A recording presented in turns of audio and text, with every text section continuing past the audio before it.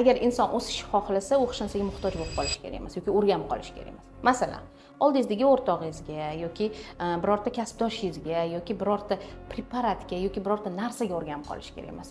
Nimaga? Chunki u o'rganib qolish sizni orqaga tortib turadi. Chunki siz o'shani yo'qotib qo'yishdan qo'rqasiz. Qo'rqmaslik tepaga o'sishga sabab bo'ladi. Xuddi shu sababdan yoshlarga aytaman, sigaret chekish boshida o'yindan boshlanadi.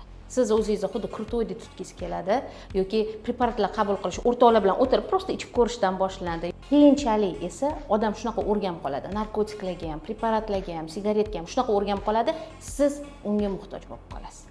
Siz unga muhtoj bo'lsangiz, o'tirgan majlisingizdan chiqib kelishingiz kerak bo'ladi. Qilib o'tirgan ishingiz bo'lib, borib kelishingiz kerak bo'ladi. O'sha narsaga pul topishingiz kerak bo'ladi. Bu sizni muhtoj qilib qo'yadi. Agar o'sishni xohlagan inson bo'lsa, yoshlar hammasi bitta narsani bilish kerak. Hech kimga, hech narsaga muhtoj bo'lmay, egilmay yashash kerak. Ana o'shanda kelajagi bo'ladi.